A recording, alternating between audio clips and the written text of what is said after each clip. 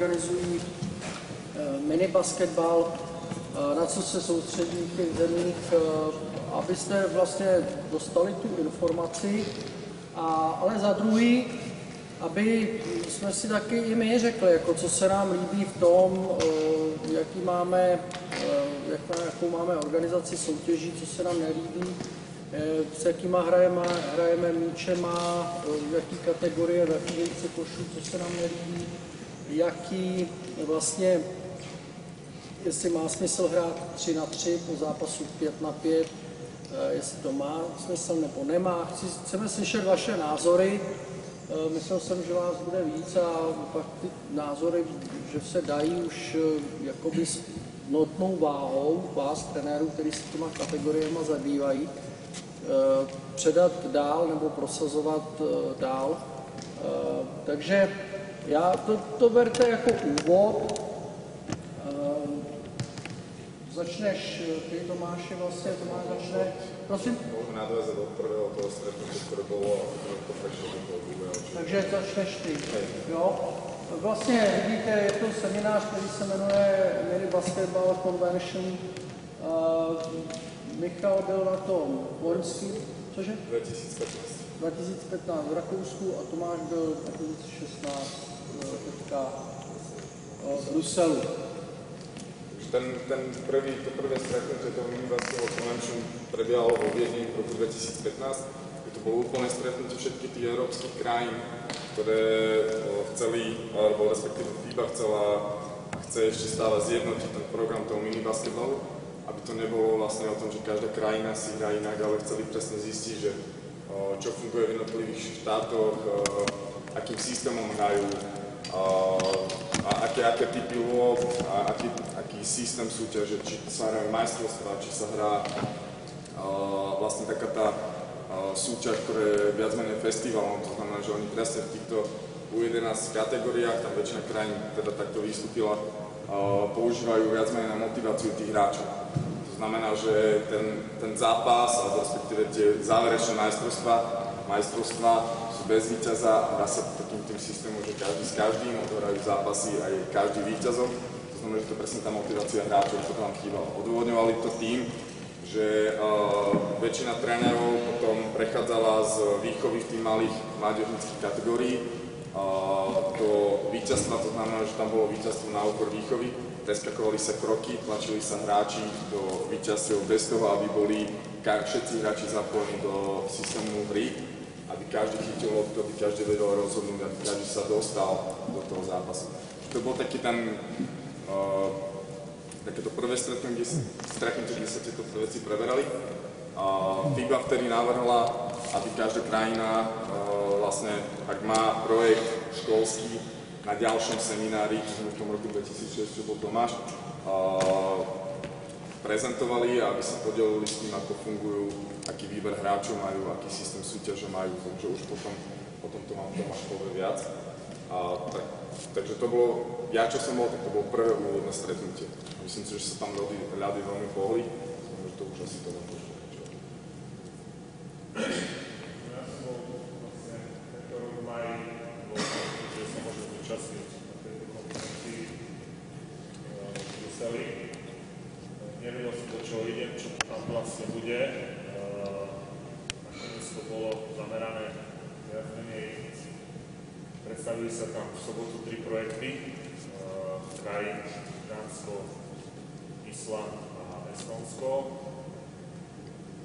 S tým, že vlastne na druhý deň v nedeľu bol nejaký okrúhly stôl a tam sa medzi sebou bavili a predostreli sa aj podmienky tých federácií, čo by sme chceli od FIBY. Ona niečo predostrela, čo by chcela, aký má záujem v tom pokračovať, tomu sa ešte dostaneme. Čiže takto to nejak vyzeralo. Boli tam vlastne 3 projekty, ktoré predstavili. Prvý projekt bol Dánska, bola to vlastne nezávislá organizácia, nadácia, ktorá sa zaoberá ani nie tak výchovou basketbalistov, ale dostať tie deti basketbalu čo najviac. A je to za pomoci federácie basketbalovej, klubov a rodičov, keďže asi sami dobre viete, že Dánsko je viac menej hadzanárska krajina, čiže táto nadácia sa snaží vysahovať čo najviac detí od 8 do 12 rokov. Má tam viac menej táto nadácia pracuje tam 9 ľudí, v tom výbore 5 sú tam na, alebo 4 sú tam na celý väzok, spolupracuje s 50 trenérmi toho Dánsku a už spolupracuje tam s basketbalovou federáciou.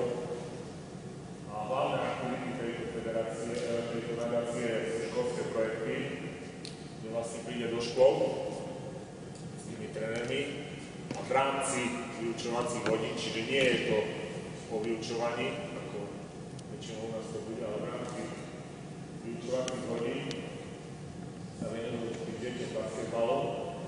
Je to rozdelené na 6 týždňov, pretože dobre vieme, že máme dneska prídem deťom ukázať basketbal na jeden tréning a tam neprídem, tak by som tu nevysielal, čiže nemáme, že týždňové kursy.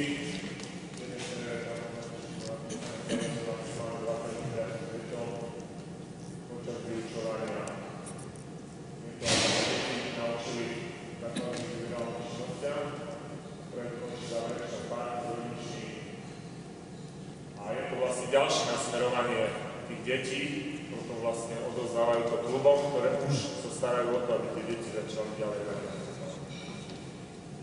Ďalší projekt je to campy, všetko to na propozícii, bezvizity kempe. Je to všetko v rámci škôl, väčšinou a v roku 2015 organizovali 20 kempov. Ostatní pomáhajú zakladať nové basketbalové kluby v Dánsku, čiže pomáhali administratívou, prostriedkami finančnými, materiálnym zabezpečením. To sú také tie hlavné tri projekty, ktorými sa zaoberajú. A hlavné pozitíva tohto projektu vlastne je tam väčšia flexibilita, čiže nezamerajú sa len na výkonnostný faktor, ale proste tú masovosť, aby čo najviac detí natiahli na ten basketbal a získavajú peniaze od rôznych dotácií. A tu máme projekt tímov, Dánskej federácie, do školských projektov, sponzory, basketbalových klubov a ďalšie. Je dosť podstatné tam, že každý účastník platí za to. Čiže aj rodičia platia, aby tie deti mohli športovať. Čiže oni hovoria, že za kvalitu sa platí. Keď chcete to robiť, tak musíte si za to zaplatiť. A organizácia je nezisková, ale vykazuje 40% zisk.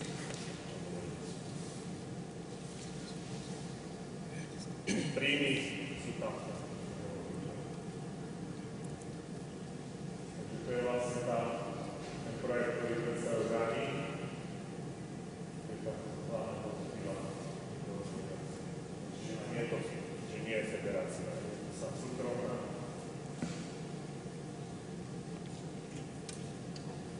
Druhý projekt, bolo to vlastne predstavenie systému fungovania basketbalu v Islande. Na Islande predstavil to manažer islandských súťaží. Vlastne vysvetlil, ako funguje federácia, ako fungujú súťaže v Islande, koľko tam členov. Vlastne po futbale a hádzanej najpopulárnejší šport na Islande.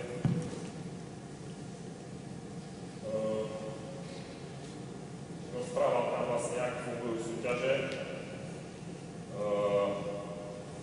V roku vlastne tejto sezóne vyskúšali nový model pre U12. Hraje sa 4x4, 2x10 minút. 4 až 7 hráči sú v jednom družstve, čiže prakticky, ako by sme to povedali my, že ja prídem s klubom, ktorý má 20 detí, tak môže postaviť 4 družstva, hej. A vlastne sú rozdelené ABCD, z jedného klubu a hrajú medzi sebou. Čiže vlastne všetky deti sa zapoja do basketbalu. Čiže nie je to ako jedno družstvo, ale proste bola tam fotka, bol tréner a mal 5 hráčov. A tí hrali ako družstvo.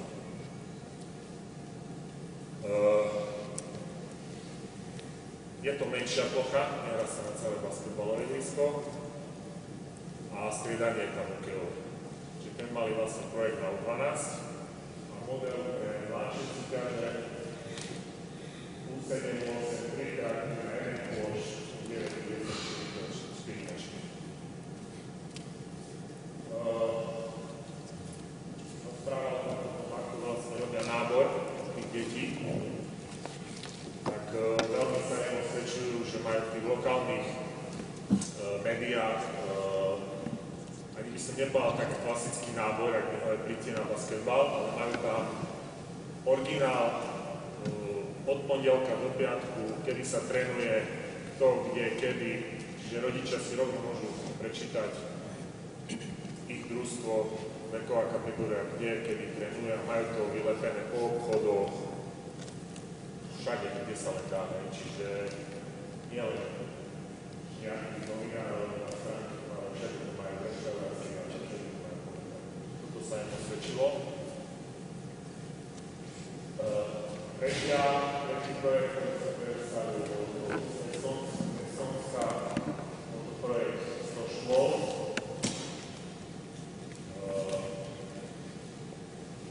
Vlastne projekt na rozvoj basketbalu je v tom, sú zameraní na kategóriu 7 a 12. Vymysleli to vlastne vtedy, keď boli majstrovstvá Európy, alebo rok predtým. Zaviedli to, je to na systéme, kde prišli profesionálni hráči na školy vlastne takou zábavnou formou predstavili deťom ten basketbal. Na tých hodinách rozprával, že mali aj 50 aj 100 detí. Neviem, si to zvládali, ale proste zvládali. A náplňou toho všetkého bolo vlastne ukázať deťom približiť ten basketbal. Čiže ukazovali dribly, tí profesionáli tam ukazovali, ako sa dribluje, ako sa strieľa. A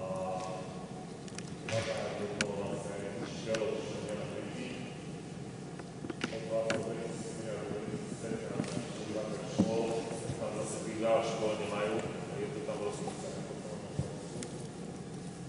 Vlastne nejaká chybe, nadácii, ktorá podporila aj na Slovensku nejaké projekty, tak to rozšírili aj na školu. V lete minulého roku organizovali aj vlastne kurz pre učiteľov slovenských jazykov.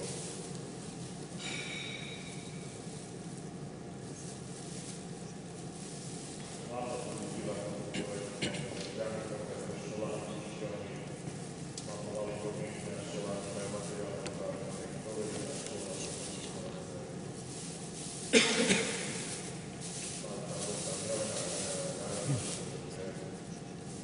Ďalší projekt, ktorý nie je robený jednorazovo, ale proste je to spravené nejakým systémom, ktorý sa nadvezuje na seba. To boli vlastne tie 3 prezentácie, ktoré boli počas soboty, ktorých sme sa oznámili. Potom vlastne večer po týchto prezentáciách mali sme sa zúčastniť jedného minibasketbalového turnaja, ktorý tam organizujú 40 rokov. Vďaka západu, ktorá bola v Bruseli, sme to nestihli, takže sme prišli nakoniec, tak akurát nám porozprával ten pán, ktorý to organizuje, odkedy sú tam všetky vlastne tie veci toho turnaja. To bola sobota a druhý deň v nedeľu sme mali tie okrúhle stoly, kde nám najprv členovia FIBA predstavili, čo majú v pláne vlastne s minibasketbalom. Chcú vytvoriť nejakú samostatnú jednotku na FIBA, ktorá by sa mala riadiť čisto len minibasketbalom, ničím iným. Mali by sa navýšiť peniaze pre federácie na projekty. Sa mi zdá, že toho roku to bolo nejakých 2 milióny a chce to navýšiť na 3 až 4 milióny eur.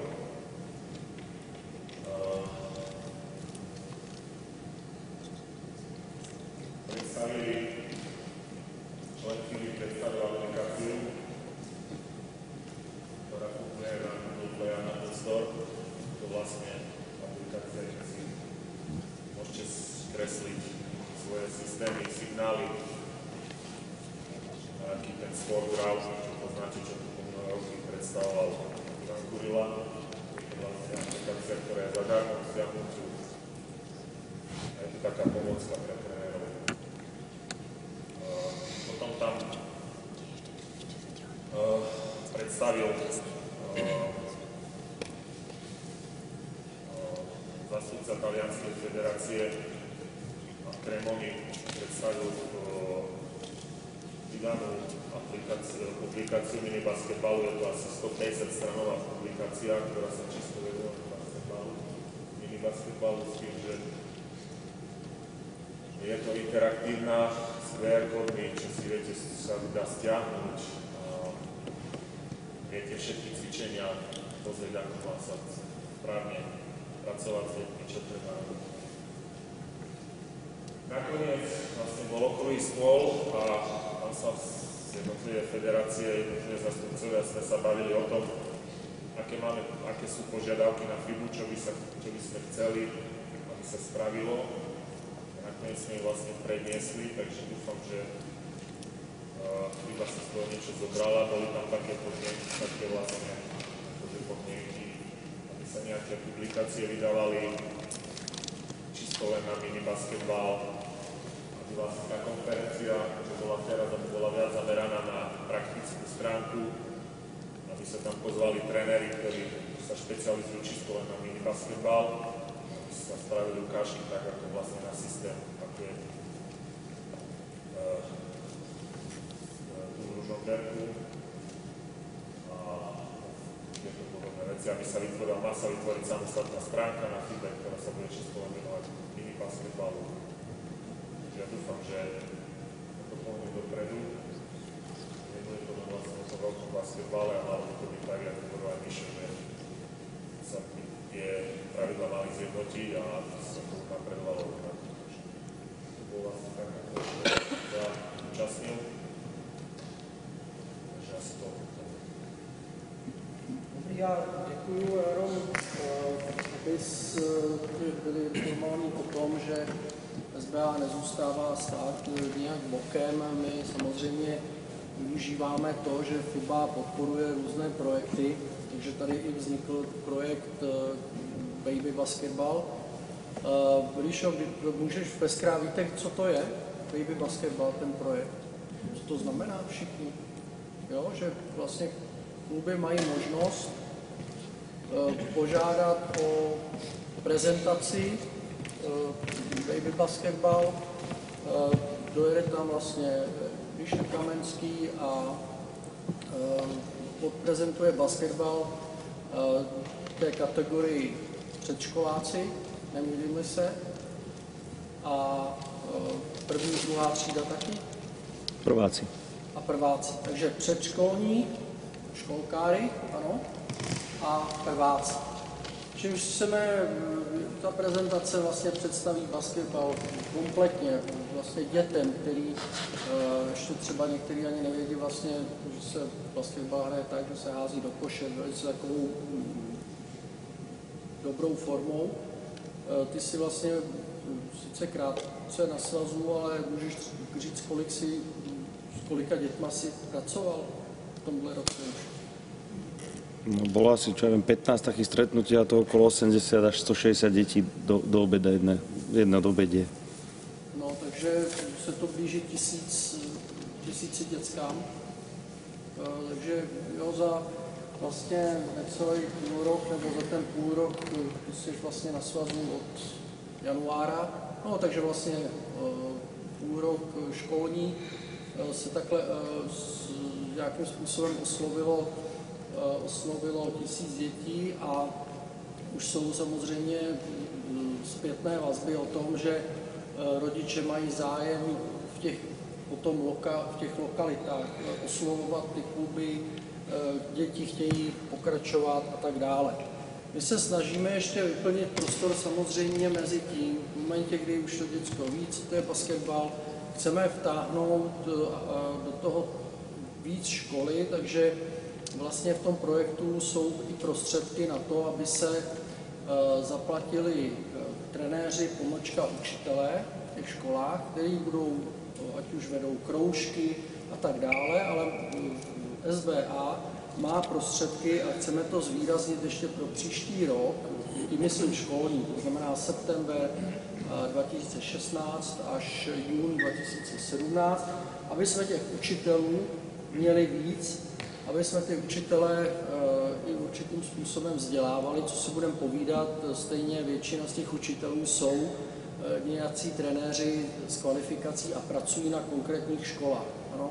Takže začínáme stavět pomaličku patra té pyramidy, kterou potřebujeme k tomu, aby jsme vychovávali, aby jsme podchycovali talenty. Proč pyramida? No, protože dole potřebujeme mít těch dětí co nejvíc, to, co jste slyšeli určitě už 100krát. Pyramida, protože pak samozřejmě to začíná odpadat, přestávají děti sportovat a tak dále, ale my musíme mít tu základnu co nejširší a proto nám FIBA schválila ten projekt Baby Basketball a na to navazující i mini basketball show. To je vlastně jedna věc. To, aby já jsem vlastně na výkonný výbor představil takovou nějakou filozofii, ke které jsme se dopracovali na komisi dětí a mládeže a pak na takovém pracovním semináři talentované mládeži, který byl tady v Martině. A vlastně potom jsme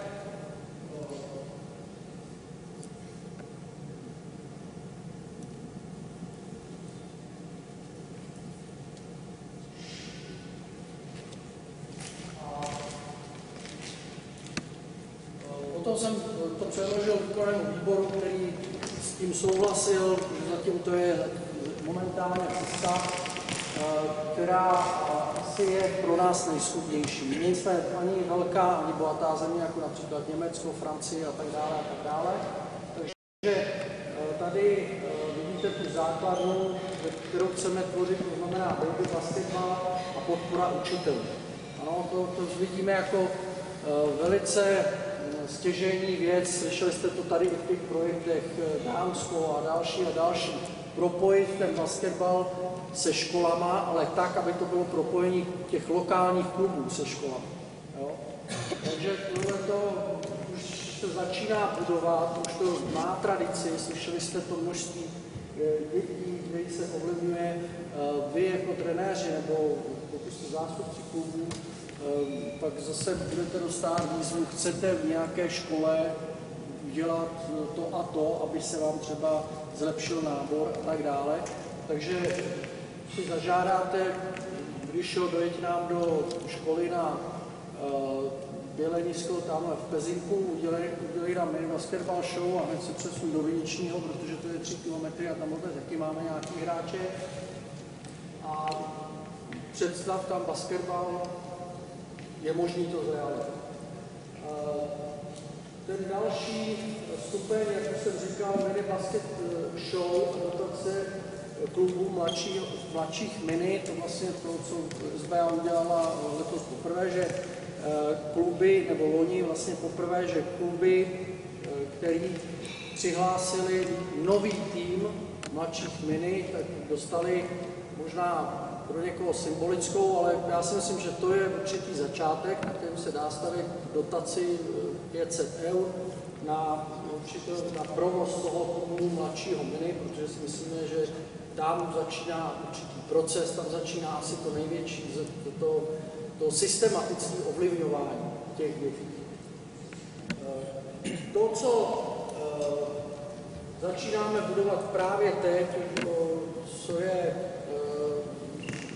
na co se momentálně generují prostředky a ty prostředky se vygenerují tak, že určitě od septembra to chceme rozběhnout. Nazvali jsme to pracovně oblastné basketbalové centra. Bude to spíš ze začátku, to bude jeden oblastní jakoby trenér, který bude pod sebou, nebo který bude sledovat tu navazující kategorii, to znamená U13 a U14. My chceme mít mnohem lepší přehled o talentech a hlavně lepší komunikaci s trenérama z klubů.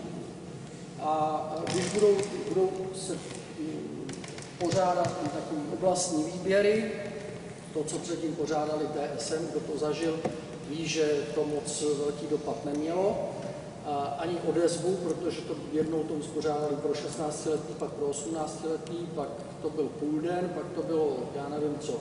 Tady chceme, aby jeden člověk zodpovídal za tu oblast a za přehled hráčů v této oblasti, kteří napredují a samozřejmě komunikaci s trenéry. Takže třeba výběr, teda ten oblastní kemp nebo výcvikový tábor v vozovkách, který bude dvoudenní nejméně, na ten výběrový kemp ten šéf-trenér nebude vybírat on jenom ty hráče. On bude chtít od vás, od trenérů, abyste mu tam poslali podle vás 3 kluky nebo 3 děvčata, nebo když to bude taková oblast, která se to není tolik kluků, tak 4, kteří podle vás nejvíc napredují, kteří si to možná nejvíc zaslouží. Protože my chceme změnit filozofii. My v téhle kategorii já nechci, aby jsme, už proto jsem chtěl, aby se zrušila reprezentace U14, protože tam vybíral jeden trenér té reprezentace samozřejmě s 2 pomocníkama. On vybíral, i když komunikoval, třeba jako Pešta, beru, vybíral hráče. A někdy vlastně, někdy, ale většinou došlo k tomu, že většina těch hráčů byla vybraná na základě toho, že to řeknu tak sprostě, umí levý dvojtak. Ale už méně byli vybíraní hráči, který mentálně byli hráči. To znamená, že měli rádi basketbal, bojovali, chodili na každý trénink, obrečeli, když jim to rodiče zakázali. A my si myslíme, já možná teda nejvíc, že v tomhle věku je právě důležitější rozeznat tyhle vlastnosti, to znamená charakterový a mentální, než ty vlastnosti a schopnosti talentový. To znamená, že super běhá, střílí ze stop jumpu jak dospělý. Ano, je to fajn, ale já si myslím, že když najdeme spíš ty hráče, kteří mají rádi basketbal, bojují, chtějí být na každém tréninku, mají ten mentální základ, že furt je dost času ve 13, ve 14, 15 je naučit ty věci, co umějí v té době ty talentovaný, ale možná ty nám za 2 roky skončí. Takže i proto, vrátím se zpátky, budeme chtít do těchto výcvikových táborů, aby vy, trenéři, jste řekli tomu Ferkovi, který tam bude oblastní v uvozovkách, teda který ne v uvozovkách, ale bude tam ten oblastní trenér, a jste mu řekli, hele, posílám ti tam tohle, protože ten sice neumí moc driblovat, ale je na každém tréninku, je vysoký, má dispozice, chci, aby ten trénink nebo pochopil, co to je dribbling a tak dále.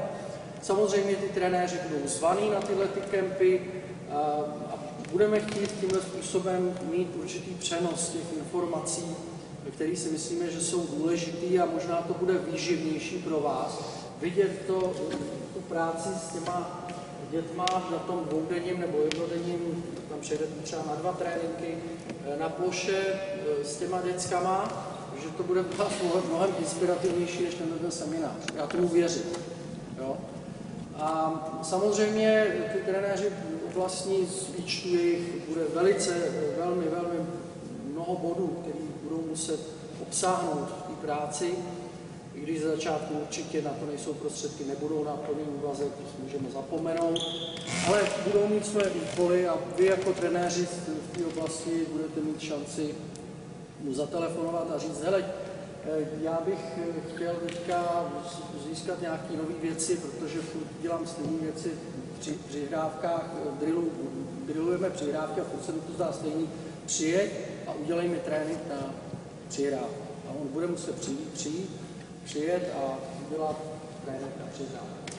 Takže to je taková opravdu jenom v kostce, ta idea toho, proč chceme ten další stupínek, kde vidíte ty oblastní basketbalové centra, chceme přispět do té pyramidy a zase dát mnohem víc informací vám jako trenérům,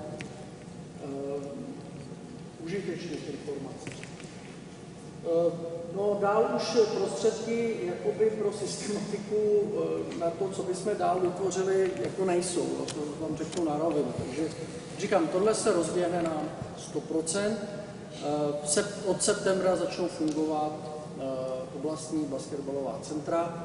V augustě vypíšeme výběrová řízení na 3 trenéry oblastních center chlapců, východ, střed, západ a na 2 trenéry děvčat, východ, západ. Dál už naše finance nedosáhnou, ale samozřejmě, co není, může být.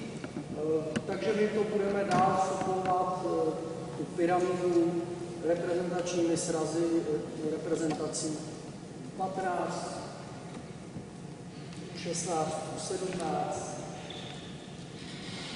18, 19, 20, a vlastně seniorské reprezentace extraligové kluby, to už je mimo nás. Takže tohle je vlastně náš takový určitý projekt, když vidíte, že zatím máme založeno jenom na ty první 3 cizíčky ze zdola, další, vidíte vpravo ty otazníky, jako ty další kategorie, až na ně budou prostředky. Zase budeme řešit oblastníma centrama, anebo vytvoří se akademie Slovenské basketbalové asociace, jo, a rozšíří se počet reprezentačních srazů, tam jsou otazníky. Ale pro nás je nejdůležitější, že nestavíme něco z vrcholu a nelejí se prostředky tak, že bychom hned teďka někde postavili akademii pro chlapce a děvčata od 18 let výš nebo od 17 let výš, ale že musíme z něčeho brát, že v budoucnu. A to chceme vystavět tady tím, co momentálně vidíte. Takže to je všechno, asi, s čím jsme vás chtěli teďka vy seznámit. A jestli chcete vy se na něco zeptat v této souvislosti, a když ne, tak bych se pak zeptal já.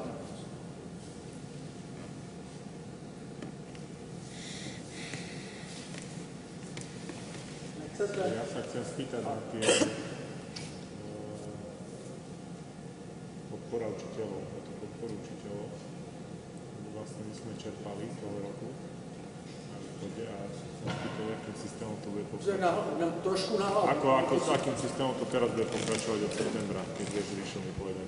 No, neviem, všetko závisí od toho, že podali sme ďalší projekt na nejakú vyššiu hodnotu a podľa toho, keď bude schválený, tak podľa toho sa bude riešiť, že akým spôsobom. Ale najprv nám musí iba schváliť projekt. Což by ale měla být formální záležitost, jak jsem se dověděl od svého bývalého hráče, generálního sekretáře Kamila Nováka.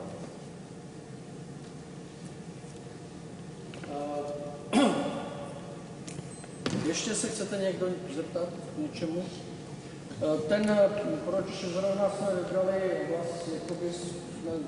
ty oblastní nebo regionální, se tomu taky říká, výběry, proč jsme přistoupili k tomuhle. Jak jsem říkal, tady existovaly TSE, tréninkové střediska mládeže, to jste možná některý ani nezachytili, že existovalo.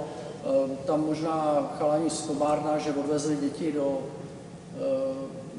Bratislavy a Karol tam s nima měl 1 trénink nebo 2, pak se odvezli zpátky.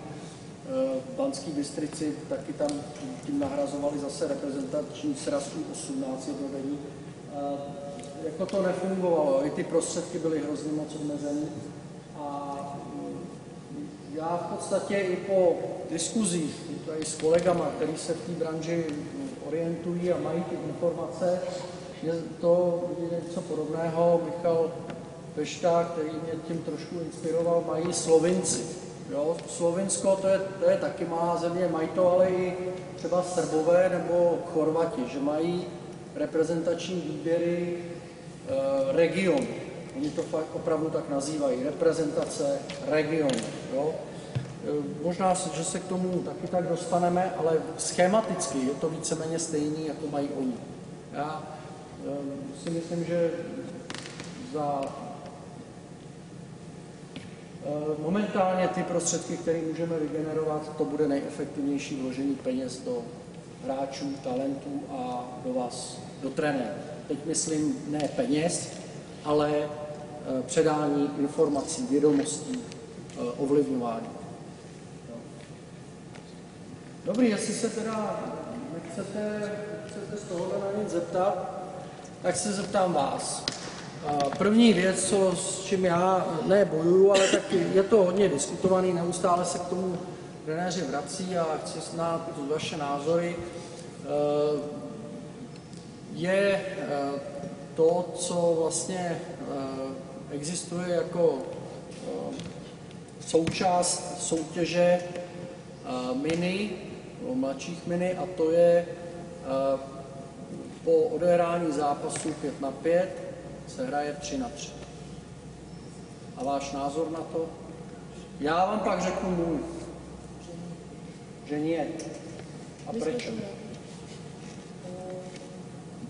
Nevidím význam v tom osobne ja, že v jednej kategórii, v tej najmenšej, metieme deti tým, že učíme ich hrať na 2 koše a teraz ich postavíme na 1 koš a keď získalo loptu, má vyniesť loptu, proste je to tam proste iné pravidlá sa tam miešajú.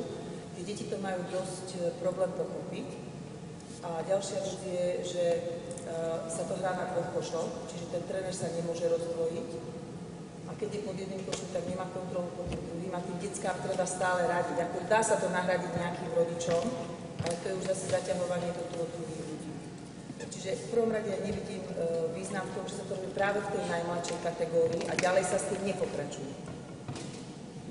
A potom aj s tou organizáciou, najmä s metením tých detí 2 druhými pravidiel, v podstate dá sa povedať.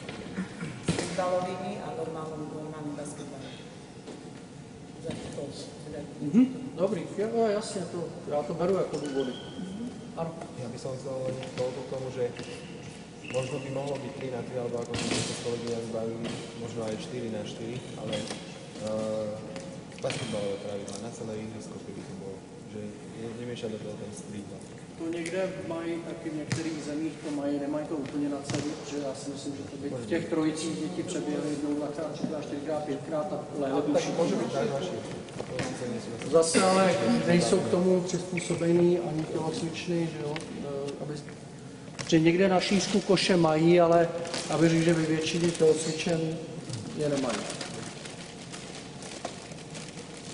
Máte někdo k tomu ještě? Ano. Tak aspoň viac časti, lebo oni to strašne rýchlo dohrajú, tam je 5 minút hrubý čas a po 15 minútach sa čudujú deti, že čo sa deje, už je koniec. Čiže keď už to hrajú 3-3, tak aspoň viac časti. Že nie 6 zápasov, ale dajme tomu 12 zápasov, že by bolo. Lebo teraz je to rozdelené tak, že len 6 zápasov. Ja s tým súhlasím. Podľa mňa je to rýchlo odohraté. Jasne. Veľmi rýchlo. Ja som nemala napríklad problém pochopiť to, ten streetball vôbec. V mojej kategórii tie mladšie mini nemali taký nejaký zásadný problém s týmto. Len že sa to veľmi rýchlo odohralo. Dobrý, tak ešte niekto? Tak my sme to tiež hrávali, síce minulý rok, ale my sme to hrávali s našimi dievčatami. Tiež absolútne nebol žiaden problém spochopiť pravidlá, pretože na tréningu tak či tak si myslím, že drvivú väčšinu trénujete 3-3, keď chcete, aby dievčatá pochopili, alebo teda v našom prípade dievčatá pochopili ten možno základný spacing a základnú hru hoď a bež. Ale je pravda, že sa to odohralo veľmi rýchlo. Častokrát naša kategória vlastne bola tá, u ktorej sa to spúšťalo, tak ani rozhodcovia boli z toho zmetení. A je zasa pravda, že keď sa to hralo na 2 koše a je pri družstve jeden tréner, tak áno, samozrejme, že s tým bol problém, ale ako koncepčne, ja si myslím, že to malo svoj význam. Teda pre naše dievčatá určite. Ja súhlasím. Dobrý, tak máme ty mínusy, že jo? Máme to, že když je tam jeden trenér, tak se to dá velice těžce jako uhlídat, opravovat chyby a tak dále. Další bylo rozdílná pravidla.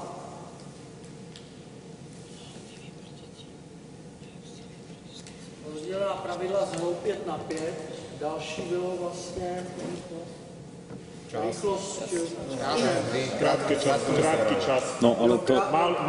Málo týchto. Málo her vlastně, málo. A to už aj nemusíš písať. To povieš to. OK. No ale ešte plusy sú tam, určite plusy budú. Áno, a nemyslím, ale to už sa zmení od budúcej zemi. Je tak. Jak se to změnilo? Bude 10. 10. Dobře. Já chci jako rozvinout nějak tu diskuzi. Ešte jedno, teda zmysel toho, keď sa to hrá letky dole v spodnej kategórii. Nie náväzne zvyšok. Už staršie už by bolo treba. Mladšie je práve, že ja súhlasím, mladšie ešte by som, im to stačí. Ja mladšie mini im to stačí. Starší už postupne potrebujú nejakú rotáciu a tak ďalej. Mladšie mini určite, hej, ale staršie nie. Ešte niekto? No, okrát rozhodcovia nevedeli teda, ako to majú odpískať. Nevedia ani teraz. Pravidlá, no, mám problém s Že pravidlami. mnohokrát rozhodcovia nepískali tak, ako majú. To už hodně to nehrávalo.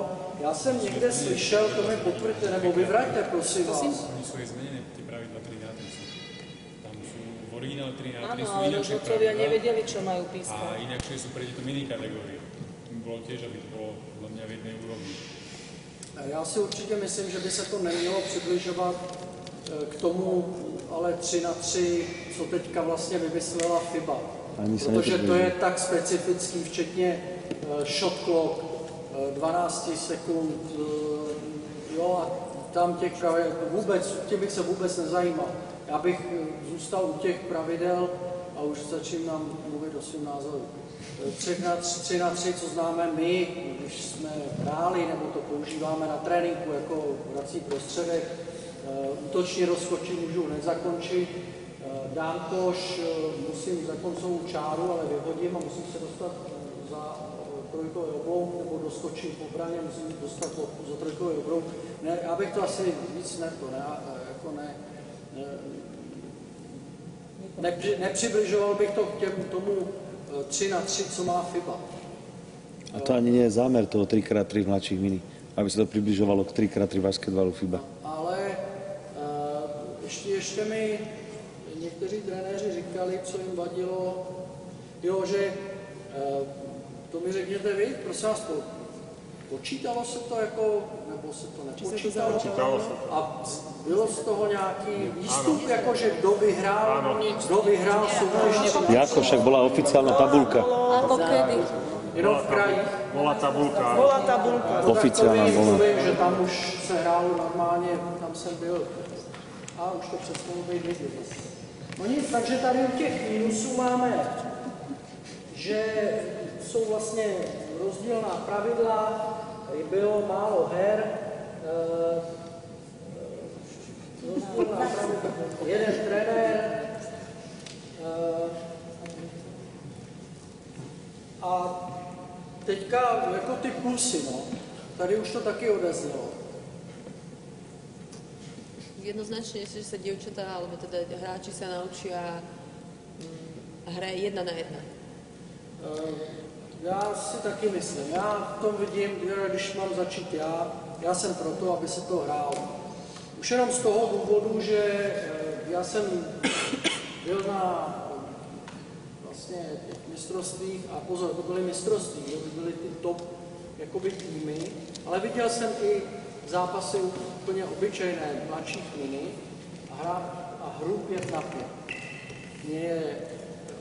Asi všichni souhlasíme, že v tomhle věku by ty děcka z té hry měly mít radost. Ne? Jako, měly by mít radost z toho, že se dotknou lopty a tak dále.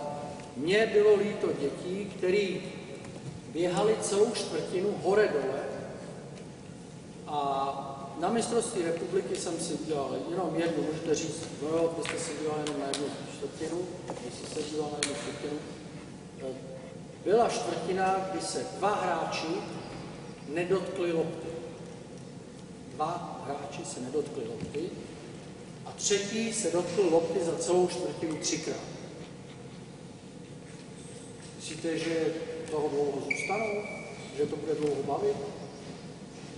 Já myslím, že ne. Takže můj první důvod je, že ve hře 3-3, už protože se to hraje jenom na půlce hřiště a nejsou prodlevy s tím, že než děcka předběhnou, ve hře 3-3 určitě se dotknou lopty víckrát. Jo? Takže asi mají větší radost. Padne tam určitě víc košů, než ve hře 5-5. Z čeho mají děti radost? Z toho, že dají oni nebo kámoš koš.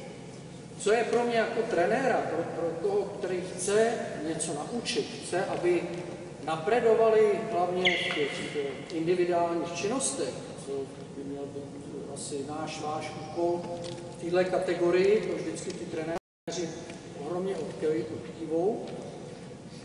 Z pohledu didaktického, tak četnost hovoří za vše.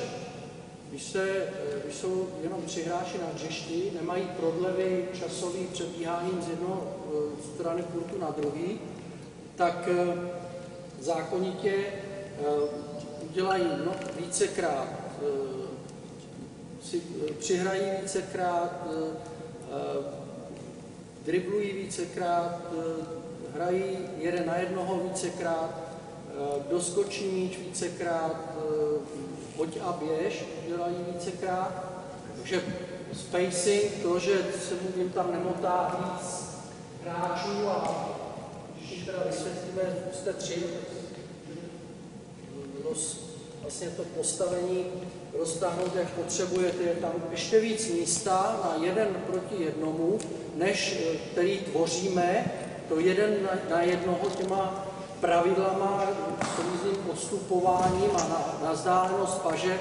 Takže já si myslím, že trenér by měl vidět a vlastně to 3-3 určitě všichni používáte jako výborný tréninkový prostředek kvůli všem těm věcím, co jsem teďka vysvětlil, tak proč to nepoužít jako hru 3-3? Jo, takže pro mě tyhle ty důvody převažují. To, že vlastně 3-3 je jako jiná hra, jako 5-5, s tím naprosto souhlasím. Ale já jako taky jsem myslel názory, že ať se hraje i ten druhý zápas 5-5. Ale já říkám, jako naší prioritou není to, aby se v tomto věku 5 dětí naučilo orientovat úplně perfektně na hřiště, ale naší prioritou, a to se mnou všichni budete souhlasit asi, je, aby se ty děti naučily driblovat, přihrávat, střílet na koš, uvolňovat se bez lopty a proto, jestli jste si všimli, jsem jmenoval samý útoční činnosti. Taky jste si možná řekli, ten Ron se asi zbláznil, že na semináři dvoudenním je jedno jediný téma a to ještě jenom půlku tady z tréninku zítra je o obraně. Proč myslíte, že jsem to udělal? I teď, že jsem vyjmenoval ty útoční činnosti. Proč? To je alfa omega basketbalu. Já si myslím, že z toho mají děti radost. To je ta hra. Že nejdřív je musíme naučit k tomu vztahu k basketbalu, k té hře samotný a ten vztah nám tvoří útok, radost toho, že míč dopadne košem. A když je to naučíme dobře, ty útoční činnosti, tak pak můžeme začít budovat obranu. Ono se velice dobře brání někdo, kdo neumí driblovat, nebo kdo neumí přihrávat, tak se úplně super brání, že jo. Plnou paralelu vám řeknu s doskakováním. Proč my se furt zlobíme, nebo proč se trenéři zlobí, že hráči neblokují v tréninku? V zápase to. Proč hráči neblokují? A chodí jenom doskakovat. Proč myslíte? Se to netrénuje. Dostatočně. Protože se to netrénuje. Dostatočný důraz na to. To je správná věc, ale co teda, budete trénovat blokování hráče, obrany, doskakování? Nie, ale dám im cvičenie skončí až vtedy, keď získa loptu. To je jedna možnost, ale to cvičení, někdy, když jsem viděl tenhle ten pokyn, tak vám to cvičení trvalo neskutečně dlouhou dobu. Víte proč? Protože prvopočátek byl, že hráči nechodili doskakovat útočně. Jak můžete někoho naučit boxout, když v tréninku vám hráči nechodí útočně doskakovat? Takže já, když teďka mám přednášky o doskakování, tak se věnuju spíš a nejdřív zdůraznuju to, jak se chodí útočně doskakovat. A to dostávajte do hráčů pokaždý a třeba 5 tréninků se vykašlete na to, že hráči nedělají boxout, ale naučte přirozeně hráče chodit útočně rozskakovat. Naučte je útočit, pak můžete začít učit bránit. Ano? A to samé je i s tím, co jsem teďka vyjmenoval, že to je takové budování a zvyšování četnosti toho v té situaci 3 na 3. Takže to jsou jako moje argumenty. Můžou být dobrý, můžou být špatný. Jinak na fakultě teďka dělal diplomovou práci Petr Román, hodně trenérů ho zná, protože dost dlouho působí v Považské Bystrici a dělal vlastně, možná k vám se k některým dostal, ne? Dělal vlastně dotazníkovou akci u trenérů mládežnických ohledně těch pravidel, které jsou zvláštní v tom minibasketbalu. Od nedovolené obrany počínaje po právě názory na tu hru 3 na 3. Lehce převažoval názor, že by se to nemělo hrát. Já si ale myslím, že by se to hrát mělo z těch důvodů, co jsem řekl. Samozřejmě ty názory můžou být jiný, nicméně pro příští sezónu to tam je znova. To, že bylo málo her, tak se to zvýšilo na to, že se bude hrát 10, pokud vím. 10 časů. 10 časů. 10 zápasov. Čiže 10 bolo 6, teraz bude 10. Na každom koši 5 zápasov. Tak, a ten prvý zápas dostane 4x8 minút, hej? Áno. Tam ide aj o to, že ja neviem, ako, možno tam, že máte tých hráčov veľa, že môžete striedať, ale keď prídete s družstvom, ktoré má, dajme tomu 12 dievčat, bude to ťažko. A teraz tých 12 dievčat dohrá 4x8, potom ide na 3x3, tak ja si myslím, že je to aj dosť fyzicky náročné pre tých detí. Aj keď v rámci tých striedam, hej. A trošku mi tam je v takom protiklade to, že chceme hrať priestor, myslím, že to je 3 na 3, hej. A potom, keď máme hrať 5 na 5, ja som tu trénovala s tými deckami a videla som, keď hrali 3 na 3, tak si vedeli aj hodia, bežu, všetko.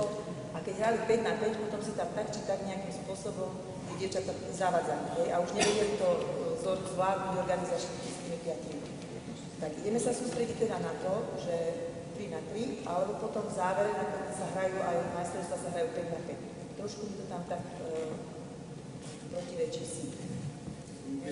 A keď ja som to pochopila tak, že ešte keď to hovoríte, že tých 5 minút, že to je krátke, tak vy ste to chápali tak, že viac tých her, alebo teda nie po 5 minútach, ale keď tá hra trvá, ja neviem, 6 alebo 7 minút, aby to nebolo také, že Nie, tam ide o tú početnosť, koľko odohrajú tí hráči. Teraz to bolo tak, že keď bolo 6 vlastne zápasov, tak na jednom koši odohrali 3 zápasy s tým, že 3 hráčky alebo hráči, čiže 9 hráčov, a keď mal tréner v družstve 18 hráčov, tak odohrali jeden jediný zápas, 5 minút hrubého času.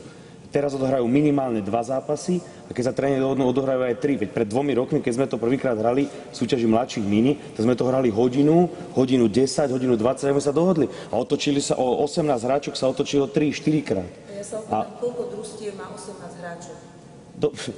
Ja som to povedal ako to nejaké maximum. To nejaké maximum, že vtedy odohrá iba jeden. Ale dobre, tak sa báme o 12. Tak odohrajú, 9 ich odohrá jeden a tí traja odohrajú 2 tie zápasy 5-minútové. Teraz ich odohrajú viacej. Je to 5 minút hrubý čas, takže zvýši sa početnosť tých mini zápasov. Nie čas hrubý. A skúsme sa ešte baviť nejaký skombinovať s tým prvým zápasom 4x8. Ja neviem, tak možno chalani hrajú koľko? 4x6? A nemajú tu... Neviem, dá to dajú 4x6 hrajú v tom prípade, keď sú 2 zápasy po sebe, 5-5. Mladší mini hrajú takisto 4x8, majstrova Slovenska boli 4x8 a hrali 3x3.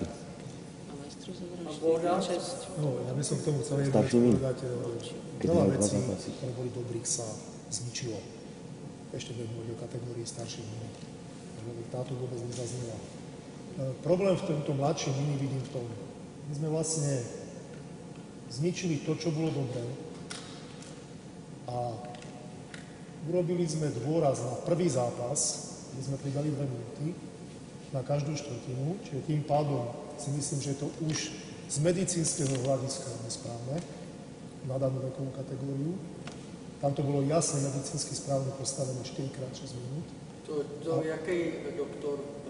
No niekto tie FIBA tie mini-basketballové medzinárodné pravidlá vymyslel a podľa mňa to nebol neodborník, ktorý sa neporadil s lekármi, aké môže byť zaťaženie detí v danom veku. Keď to niekto vymyslel. Hralo sa 4x6 minút 2 zápasy po sebe a teraz sa vrátim k tomu, čo je teraz už schválené. My sme jednoducho dali dôraz na ten prvý zápas, ktorý sa poprvé zaratáva do majstrovstiev Slovenska po postup. Pridali sme 2 minúty, aby to mali sakramensky trošku kondične náročnejšie tie decká. A tým pádom sme docielili to, a tým, že sme ten vlastne 3x3 sa nevyhodnocuje, ako niekde, že sa niekde postupuje, my sme vlastne pre tých, sme na Slovensku, čiže po slovensky, dali všetkým ostatným, viete čo, to už nie je tá dôležitá časť toho dňa. To je už len taký doplnok, aby sme si zahrali 3x3, tie plusy berem, na to ste bol absolútne v tej hre 3x3 súhlasím. Len jednoducho, slovenský tréner je slovenský tréner, on považuje to number one, prvú časť, 4x8 minút, kde chce vyhrať, postupy na majstrovstvá Slovenska a robila sa aj bohužiaľ podvody, že sa to 3x3 nehrá, robí sa zápis, ktorý nekorešponduje to, čo sa odohralo a hrá sa znova zápas 4x8 alebo už len 4x6 minút, aby si tie decká zahrali. To už je na tom, akí tréneri sa stretnú na tom placi. Ale hovorím, že ak by sa tomu tej druhej časti dal dôraz, ja neviem, že by sa to normálne zaratávalo do majstrovstiev Slovenska a urobili by sa majstrovstvá Slovenska 6 klubov by sa stretlo 3x3, možno len v jeden deň, nemuselo by to byť natiahnuté na 3 dní.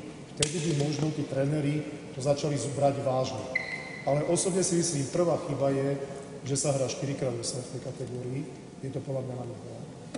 A druhá chyba je, že sa proste tomu už nedáva tá vážnosť. Ja teraz netvrdím, že treba naháňať zlaté medaile, strieborné, bronzové a tituly. Hej, nejde mi teraz o to. Len hovorím, dalo sa tým trénerom tak, aby som povedal zbraň do ruky. Tá dvojka v ten deň, ten program číslo 2, už nie je tak dôležité, to už nejak oklamené, to už nejak odohrané, len aby to bolo. Čiže tam si myslím, že je tá chyba, že to niekto nedomyslel, že sme na Slovensku. Frán, to môžeme? Já jenom jednu větu k tomu. Já si osobně myslím, jako jsou s vámi věci, se kterými ani já nejsem stotožněný. Já si třeba myslím, a teď to možná většině zvládnu půlce z vás, nebo komu určitě se to nebude líbit, já bych v mladším mini, tak jak tady bylo řečeno, já bych tam nehrál o titul Slovenska. Já bych rád ty festivaly, ja keď môžem, presne v Čechách to funguje tak, že sú to festivaly. v Česku Čechách hrají to tak festivaly, ve Slovinsku hrají festivaly.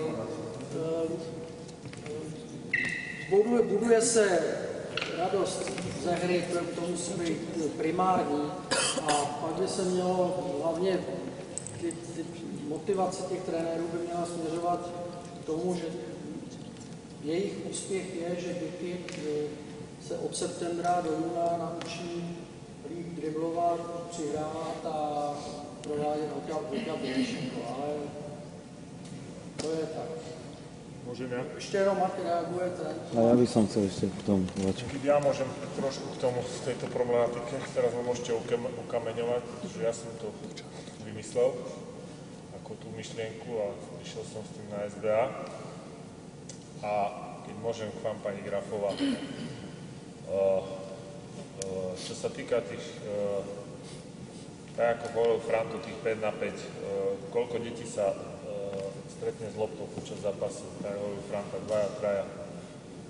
2-3. Nejde vôbec o to teraz, že budeme naháňať sa tu hore-dole, ide o to, aby sme tie deti naučili hrať basketbal, naučili driblovať, prihrávať. To, že niekto má 12 detí, niekto má 18 detí, bohužiaľ je to tak a my s tým nič nenarobíme. Niekto má menej detí v meste, niekto má viac, niekto sa stará. Preto vlastne sa spravilo aj to 4x8, kvôli tomu, že to je len jeden zápas. Nehrajú 2 zápasy, čiže tí deti by mali to vydržia a ja som mal skúsenosť, takže nemajú s tým problém. Takže ako báme sa o tom, áno, najlepšie by to bolo hrať, ak je tu, kôž je tu, budeme hrať na 2 koše, len bohužiaľ my nie sme Taliansko, my nie sme Nemecko, že si to môžeme dovoliť. A keď je to zlé, keď si myslíte, tak to zružme a hrajme 5 na 5, ale ja čo som zažil 5 na 5, ešte aj starších mini, tak 3 deti sa stretnú s loptou, 2 deti sa s loptou nestretnú, hej. Čiže čo chceme tým deťom? A tak, jak si hovoril ty, Bohdan, že každý len jeden zápas, tak potom zružme. Nehrajme majstrovstvá Slovenska a hrajme to, povížme U12, ako to všade robia v Európe, že U10, U11 sa nehrajú majstrovstvá Slovenska a hrajme to pre mňa za mňa potom aj 4 na 4, a nehrajme 5 na 5, hej. Ale ja si myslím, že mali by sme začať my sami od seba, tí trenéri, o tom rozmýšľať, že čo chceme tým deťom dať, či chceme im zavesiť zlaté medaily. Ja tomu hovorím, že zberatelia plechových pohárov, či o to nám ide, alebo či tie deti chceme, aby v 15, 16, 17 hrali ešte basketbal. A si myslím, že ten 3 na 3, áno, je to ťažké pre deti, hej, že musí vydriblovať a musí začať, nevedia to pochopiť, ale ja sa chcem spýtať, koľko ste, pani Grafová, hrali 5 na 5 na tréningu s takými malými deťmi? 5 na 5. No určite, zo začiatku sme hrávali viac 3 na 3. Ja vám poviem, že ja som prvýkrát 5 na 5 na tréningu hral toho roku z U14. Pretože to nemá zmysel z môjho pohľadu. A to sú, víš, 2 názory. Hej, čiže ako podľa môjho názoru, ja vám tak hovorím, že 5 na 5 tých detí nemá zmysel. Môžeme im ukázať, čo majú robiť, ale na tréningu nemá zmysel s nimi hrať 5 na 5 počas tréningu. To je môj názor osobný. A povedzte mi, pani Grafová, to vám povedal pán Rom, že koľko detí sa stretlo počas zápasu s loptou? 5 na 5. Traja chlapci. Hej, čiže... Ja nie som a priori proti tomu, aby sa hralo 3 na 3, ale vymyslíme to tak, aby to tie detská jednak pochopili a aby z toho oni mali, ako hovorí o zážitku, aby z toho mali zážitok, lebo takto z toho ten zážitok nemajú, lebo idú jednak dosť vyšťavené do toho, to je jedna vec, dobre, keď majú 18, tak možno nie, ale za tých 5 minút si ani nestihne uvedomiť druhého času, že čo sa tu tam zomlelo. Ja mám taký, že naozaj sme to seriózne hrali, nerobili sme žiadne zápisy falošné alebo čo. A keď som sa teda, kde sme hrali my, tak sme sa väčšina trénerov sa zhodli v tom, že to treba nejak buď upraviť, alebo jednoducho takto nie. A keď hovoríš, Tomášku, že Na tréningu si nehral 5-5, ale potom prečo mám hrať v zápase 5-5 zrazu, keď na tréningu to nehrám? Neviem si to predstaviť, ako to mám riešiť, tak možno som zlý tréner, ale neviem si to predstaviť. Potom mám zrazu detská predstaviť a 5-5 hrajte, keď mi to na tréningu v živote nehrám. Ja by som mal tiež sa Neviem, či ste ma pochopili, ja som za 3-3, hrávam to veľa na tréningu, aj s upravenými pravidlami. Hrávam aj 5-5 od mladších mini, ale hrávam to veľa bez driblingu, aby sa často dostávali 5 hráči lopte, musia meniť miesto, alebo s len jednými 2 driblingami. Ale chcem sa vrátiť k tomu princípu. Buď budeme zberatelia plechov a bude to vedieť celé Slovensko, to znamená, hráme o postup na majstrovstvá Slovenska v 5-kovom basketbale 4x8 minút a hráme o postup družstva na majstrovstvá Slovenska jednodňové 3-3, alebo potom súhlasím s Tomášom, združme to aj v tom 5-kovom basketbale o titul, aj v tom 3-kovom basketbale, kde sa ešte ten titul nehrá, len hovorím, my sme na Slovensku. Môže to dopadnúť tak, že niektorí tréneri nevycestujú na zápas, lebo o nič nejde. Budú to brať jednoducho hlavne tí, ktorí budú mať veľmi málo hráčov doma, alebo sa mu jednoducho bude vedieť, že ho tam vyklepú riadne, že je slabší v tej kategórii, majú povedzme ročný náskok, lebo on nemal prípravku, tí mali prípravku, majú náskok, takže sme na Slovensku. Môže sa stať, že ak to zrušíme, že sa nehrá o tie plechy, tak v tom momente sa môže stať, že niektoré zápasy sa budú doma vyrábať a sa ním neodohrajú. A je také možné, že se třeba i vytratí část té základny, nepostavia družstva. Nepostaví družstva, přesně tak. Jako toho se taky bojím. Já jako si myslím, že tady na Slovensku se udává hrozně moc často, hrozně moc změn. A my se nemůžeme dopracovat k tomu. Potom se nikdo nemůže seriózně dopracovat zdůvodněný analýze toho, že tohle teda bylo dobrý, anebo tohle to tady u nás nefunguje. Když my měníme skoro každý rok. A já si myslím, že minimum je zafixování těch systémů a pravidel na 3 roky a pak ty trenéři teprve můžou říct, ano, to nejde, tohle je úplná hovadina, nebo to jde. Prosím vás, nikdo mi neříkejte, že za rok po jedné sezóně vy jasně víte, že asi to je špatně, anebo by se mělo hrát s tím míčem, anebo s tamtím míčem, to jako nejde to. My musíme něco zafixovat, ať už to je, nebo není dobrý. Možná v tuhle chvíli, co se zdá. Ano? Musím mohol do toho vstúpiť, len zo pár takých mojich myšlienok by som povedal. Reagoval by som aj na Bogdana, aj tu na kolegu a 3 veci by som chcel povedať. Tento rok myslím, že juniorské majstri boli chlapci zo Žiliny. V 2009 sme usporiadávali majstrovstvá Slovenska mladších mini a vtedy ešte nebohý pán Iliaško vlastne bol v Komárne na týchto majstrovstvách. Pamätám sa, že Ačko aj Bčko získal prvé aj druhé miesto z tej Žiliny a viem, že vtedy mi tak pošuškal do ucha, že v podstate aj u týchto detiek, o ktorých teraz rozprávame, nie je dôležité, aby sa zúčastnili, ale treba ich učiť, aby vyhrávali. A toto je len, hovorím, taká myšlienka do budúcna. Keď bereme od toho minibasketbalu až po juniorku a keď myslíme troška aj do budúcna, sme sa približili tej Európe. Druhá vec je tá, čo by som chcel povedať v tejto sezóne. Po 2 rokoch zase sme hrali minibasketbal a mne sa napríklad stalo, že sme hrali napríklad Nitre alebo na Interi a po prvom zápase 5-5, keď som povedal, že ideme hrať to 3-3, väčšina tých chlapcov povedala, že nie, že my chceme hrať 5-5. My si chceme ešte zahrať jednoducho a napríklad sa nám stalo aj to, že ten druhý zápas sme v Nitre vyhrali o 20 bodov. Vlastne s terajšími majstrami Slovenska. To znamená, že je to, myslím, aj na tých tréneroch, ako to vedú. Či teda sa snažia, aby napríklad my tiež trénujeme na tréningoch 3-3, 4-4, málo hráme 5-5. Ale musí sa zdať, že človek zostane také typy do toho družstva, že oni chcú už v tomto veku jednoducho súťažiť a chcú sa prispôsobiť tomu veľkému basketbalu, že chcú hrať 5 na 5. Tretia vec, čo by som chcel povedať, je, že okrem toho, že sme hrali mladších, starších mini, hrali sme aj tú mikroligu, respektíve to, čo založil pán Brus pred 2 rokmi. Zúčastnili sa viaceré družstva, čo sú to aj tréneri, zástupce trénerov, teda klubov. A tiež je to vynikajúca vec, pretože, tak jak si povedal pán Elon, v hre 3 na 3 minimálne 2 hráči si prihrávajú.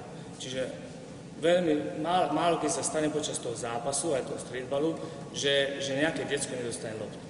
Čiže aj v tomto máme pravdu, lebo tá prípravka, tí, čo berú tú prípravku vážne, tak zúčastnia sa tej mikrolígy alebo sa zúčastnia nejakých turnajov, ktoré môžu sa robiť na školách. A veľmi veľa detí, takých, ktorí ani ešte nevedia tie pravidlá, nevedia sa uvoľniť a podobne, si prihrajú, zahrajú si ten basketbal v podstate na tom menšom území, lebo sa to hrá iba na polovici ihriska. Takže je to tak na zamyslenie, ale napríklad osobne si myslím, že voľaký, čo bol ten systém, že sa hrá minibasketbal, 2 zápasy, 4x6 minút, že to bolo dobré. Vtedy, ak sa pamätám, tak bolo minimálne 8 až 10 družstiev v kraji. Tento rok sa nám napríklad stalo, neviem, jak to je na strede, na východe, ale na západe sme mali dohromady nejaké 3 alebo 4 družstvá a počas tej základnej časti veľmi málo zápasov decka odohrali. V podstate v tom modeli 5 na 5. Takže toto je ako len taký môj postreh. Já jenom 2 poznámky k tomu a stále nevidím to, že ano, 5 na 5 je basketbal, 5 na 5 je hra, ale já tomu, abych se přiznal, a to taky mě možná ukamonujete mnozí z vás, já tomu v tomhle věku, jako aby děti uměly se orientovat ve hře 5 na 5, nepřikládám nějakou super váhu. To je názor. Ta druhá věc s tím přibližováním se Evropě, s kladením důrazu i na touhu po vítězství, já si myslím, že to zrovna asi není to pravý ořechový. My máme problém se přiblížit Evropě v úplně základních basketbalových činnostech a jako už od malička vlastně se přibližovat Evropě tím, že máme touhu po vítězství. To je v dětech přirozený, oni chtějí vyhrát tady štafetový závod, že jo, když je pustíme. A tam spíš bychom se opravdu měli napřímit na to, je přibližovat Evropě tím, jak umí driblovat, přihrávat si a jestli mají alespoň trošku srovnanou techniku střelby. Ale říkám, to jsou věci národů nebo různých filozofií. Bohda, máš přednášku zítra ještě? Ja som pripravený. Aby si sa nevygúbil.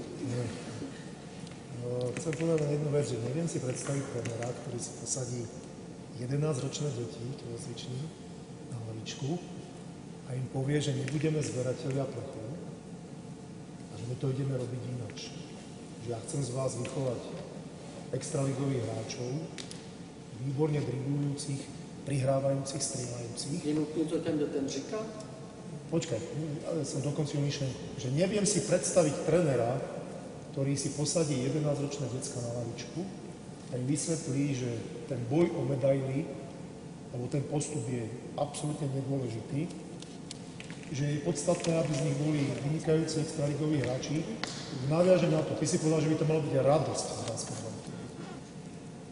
Ak si pozriete fotky tých detí 11-12 ročných z tých majstrovstiev Slovenska, väčšinou ten pohár má pri sebe ten, ktorý patrí k najlepším hráčom. Tá medaila je zavesená v nejakej detskej izbe nad postelou na nejakej poličke. A je to motivácia do ďalšieho tréningu.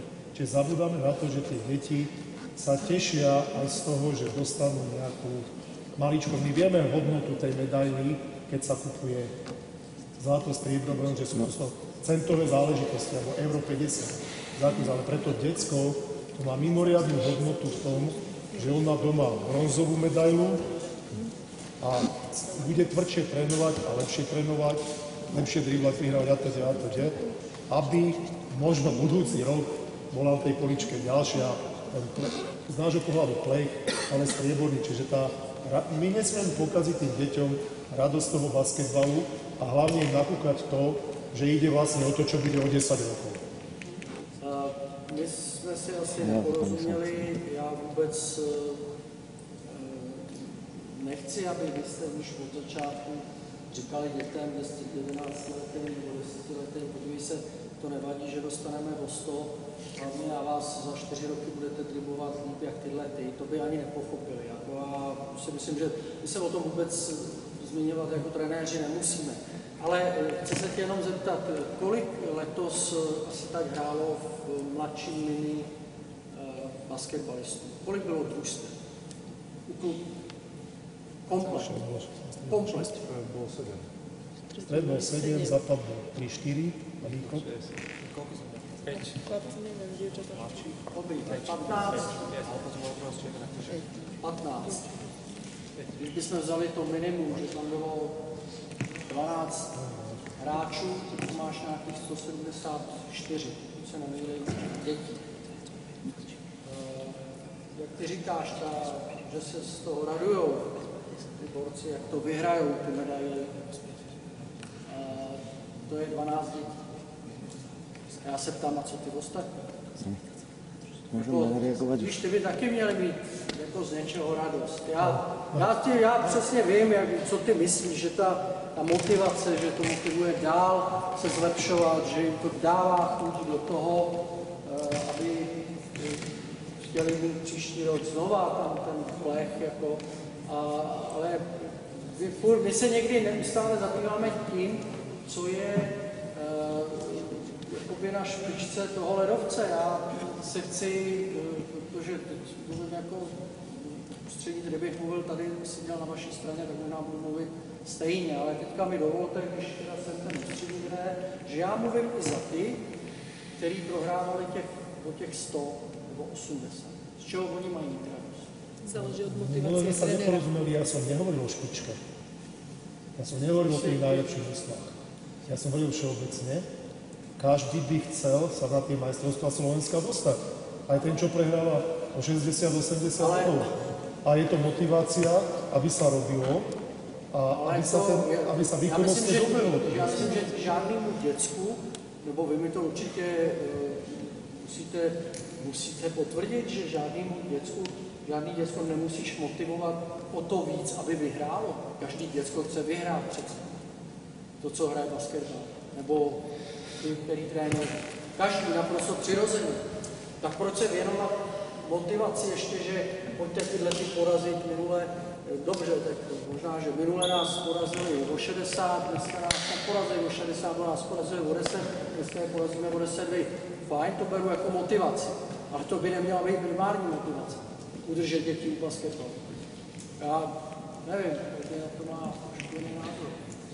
Ja by som sa strašne reagovať. Ja som už to, traja ľudia už povedali, som sa na každú reagovať. No sorry, no. Málo priebojnosti. Jednu z vecí, že či je taký tréner, alebo či povie tréner hráčom, že on chce vychovať hráča a nie ísť po nejakých výsledkoch. No ja poznám minimálne jedného, ktorý sedí tam vpredu, a to je Mišo Pešťa. Bol som na jednom tréningu, na jednom reprezentačnom zraze, ktorý mal, a nepovedal hráčom, že budeme hrať 1 na 1, ale budeme... Ja chcem tiež dokončiť myšlienku. Teraz nehovorím, že to je jediný, alebo že to je dobre, alebo že to je zle, ale chcel som reagovať na to, že nepoviem hráčovi, že teraz ideme hrať 1 na 1, ale ja budem trošku ustúpený, lebo určite toho hráča teraz porazím. Ne, ja budem hrať tesne, budem hrať agresívne, lebo ja sa potrebujem naučiť, aby som, alebo ja ako tréner ťa tu chcem naučiť, preto aby si bol hráč do budúcnosti. To je jedna z mála vecí, napríklad to je 1 na 1. Je to tak, Mišo? To je prvá vec. Druhá vec. Potom tréneri, zápasy, ustúpená obrana. Prečo? Aby sme vyhrali zápas, aby sme vyhrali majstrovstva. Videl som staršie staršie mini majstra Slovenska, dneska jeden zápas, nebudem menovať, družstvo nebudem menovať trénera, preto, aby vyhrali zápas, jedna hráčka driblovala na pravom krídle, 4 hráčky tu stáli, v starších mini dievčatách. Na tejto strane aj tá jedna hráčka hrala 1 na 1, len preto, aby vyhrali zápas, v starších mini. A teraz ja mám byť tréner, ktorý... lebo sme na Slovensku, tak ja budem ten tréner, ktorý spraví to isté, lebo to robia niektorí ďalší a mnohí nie, aby som ja také isté výsledky mal ako ten tréner? No nie. Nemám tie výsledky. Prečo rodičia mi na zápase povedali, že však v starších mili, však sme mohli vyhrať zápas, že prečo som tam nedal tú najlepšiu, keď mohla ísť hrať? Však sme mohli vyhrať zápas, no áno, ale potom tie ostatné čo budú robiť tie deti? A môže sa stať, že to 6. 8. dievča v družstve dá koš, ktorý môže byť rozhodujúci a to ju možno bude držať v basketbale, možno do nejakej extraligy, som povedal veľký extrém, akože to je dosť malá pravdepodobnosť, ale môže to byť tá motivácia pre to dieťa. Ďalšia vec, čo sa týka, že jedného trénera a asistenta. Ja som doteraz, čo tréner, nemal v živote asistenta, nemal vedúceho družstva. Všetko som si robil sám. Jak mnohí z nás tu určite. Ale tiež som mal s tým problém, že bude 3 na 3. Takto sme tu sedeli pred 3 rokmi, že bude 3 na 3 a tak ďalej. A teraz čo ja spravím? A že tam traja hráči. No, poprvé, veľa trénerov má aj asistentov, to je jedna vec. Druhá vec, bol som aj v strede ihriska a na jednej strane, na druhej strane. Mal som aj rodiča a koľko sme videli, a myslím si, že nie jeden z nás sme videli zápasy, kedy na lavičke deti sedeli aj rodič, aj neviem kto ešte, a dokonca všetci traja kaučovali. A my máme problém s tým, že jeden tréner nebude vedieť ustriednúť na 2 stranách košov 3 na 3 zápas. To je ďalšia vec. Ďalšia vec, pravidla. O čo sú iné tie pravidlá? Okrem zmeny držania lopty a vynášania za trojku. O čo sú iné 3 na 3 a 5 na 5? Podľa mňa toto je jediná jedna zmena. Deti to nevedeli, doskočí loptu, zakričím, choď von a odtedy hrá znova. To, čo hrá na 5 na 5. To, čo ste vy hovorili. Akože. A znova hrá úplne presne tie isté pravidlá. Že rozhodcovia tam boli, počuješ, však zápískaš aut, zápískaš faul, aby sa to naučili. Že nevíde jednou nohou alebo 2 nohami, iba jednou nohou. No a čo? Že urobí prešlap, no a čo? Hrá 3 na 3, hrá stále, hrá 5 minút alebo 3 minúty intenzívne. Ďalšia vec je mikroliga, že si zavesia medailu. A prečo v tej mikrolíge sme odozdali všetkým deťom medaily a sa tešia z toho, aký vyhrali majstrova Slovenska, neviem v akej kategórii. Veď to je len o nás... Ako? Tento rok 160 detí. Napríklad. A teraz, vy takisto máte mikroligu vo vašej oblasti. A zavesí si ju do tej izby a bude riešiť, že oni nedali ani bod. My sme hrali prvý rok mikroligu a naše baby nedali ani koš nedali.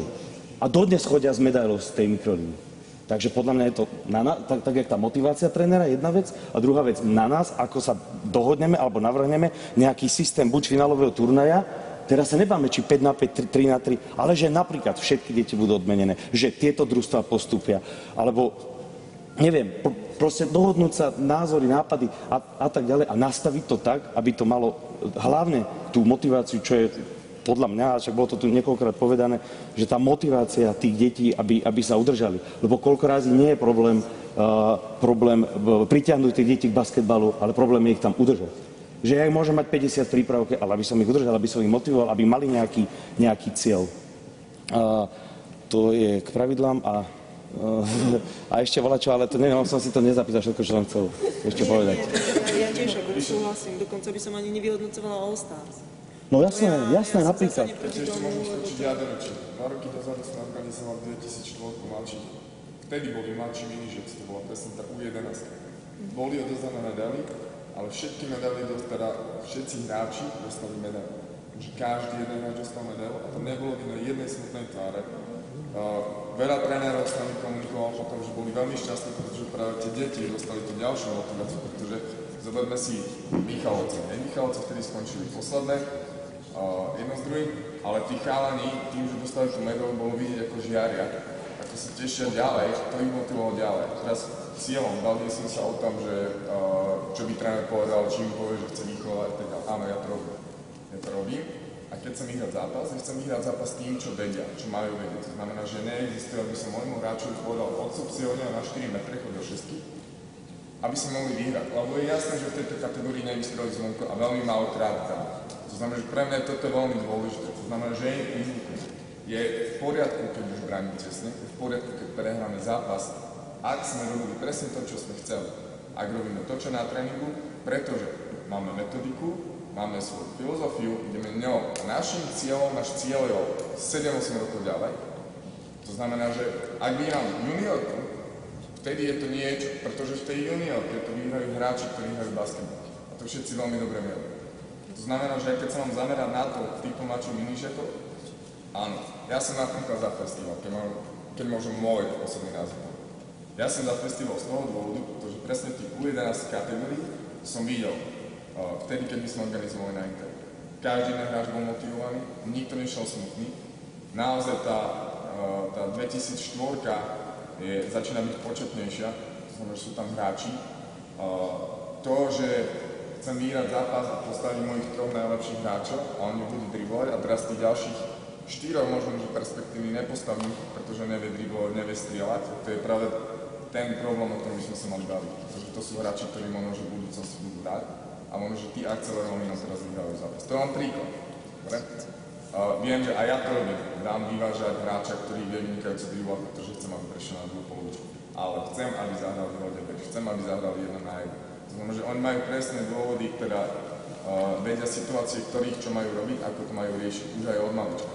To znamená, že ja si nemyslím, že práve tá medaila je motivácia, ale má to byť motivácia všetkých. To, že sa dostali na finálový turnaj, je skvelá motivácia pre nich. A takto by to malo byť prizvukované dookolo. Myslím si, že takisto aj v rozhodnosti trénera, ako im to podá. Či naozaj dúka na tú zlatú medailu, alebo naozaj bude rozvíjať hráčov a vyhrá. Každý chce vyhrať. Je to prírodzená súčasť trénera, hráčov, každý chce vyhrať. A ja chcem. Ale naozaj, ak budeme dodržiavať tie prvky výchovy, metodiky a tak ďalej, tak potom sa môžeme baviť, že nehráme majstrovstvo Slovenska, pretože každý jeden tréner bude sa snažiť robiť presne to, čo má. Keď uvidí, že hráč je odskopaný v šeste, tak si ho zavolá, povie mu tam nemáš byť a napraví to a nie, že bude ticho. A takéto veci sú pre mňa dôležité. Že áno, ja som ten tréner, ktorý im povie, ja vás chcem vychovať, ja chcem vychovať hráčov, je to môj cieľ ako tréner. Mnoho si ma nepochopili jednej veci. Ja si myslím, že v tých 11 rokov ten chalan na to nemá, aby ten tvoj úmysel, čo z neho chceš urobiť, v tom momente hneď pochopil. Je to ešte pomiané svoje. Ale vie to my svojou činnosťou, nie? No, áno. Hovoríme, že máš mladšieho mini, a ktorému sugeruješ to, že proste on jasne vie, že ty ako tréner mu nechce zle. Ale prečo by sme mu to mali sugerovávať? My svojím tréningovým procesom to robíme, my mu to nemusíme vysvetľovať. Ne, ja chcem povedať to, že ja viem, čo chcete povedať. Nerozumiem. OK. Ja nemusím presvedčať hráčov, že nech vyhrá. Jasné, že chcem, aby vyhrá, lebo to je základná vec. Ak nebudeme mať víťazné týmy, my nemôžeme vychovávať hráčov do reprezentácie a do extraordinárnych líg a tak ďalej. Ale myslím si, že to, že ten hráč napríklad to, čo ste povedali na začiatku, pred 2 mesiace, keď som si zobral 2005, nechápali, prečo ja chcem tesnú obranu, nechápali, až ja prehrávam súboj. Nechápali. A presne 2 mesiace